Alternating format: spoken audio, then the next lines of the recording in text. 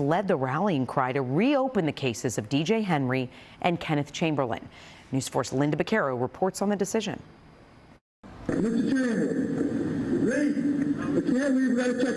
It's a case that dates back to 2011. Police called to a White Plains apartment where Kenneth Chamberlain is heard on police recordings asking cops to leave.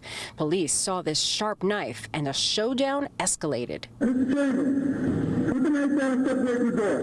Police fired 2 shots and Chamberlain was dead. At the time, the grand jury found no basis for charges against officers. Today, the Westchester County District Attorney announced the findings of a 2-year independent review of the Chamberlain case and the police shooting of 20-year-old Pace University student Danroy DJ Henry in 2010. The results? No new evidence to impanel new grand juries.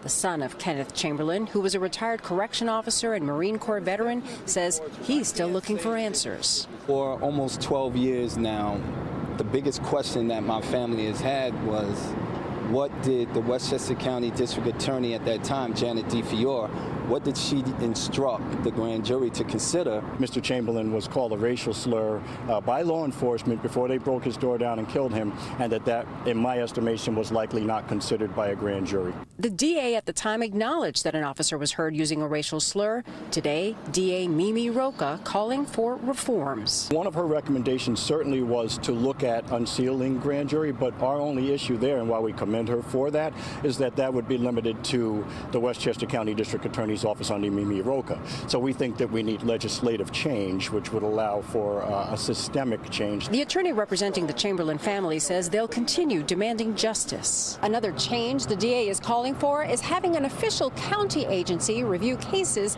involving police and use of force. In White Plains, Linda Baccaro, News 4, New York. Back to you, Natalie.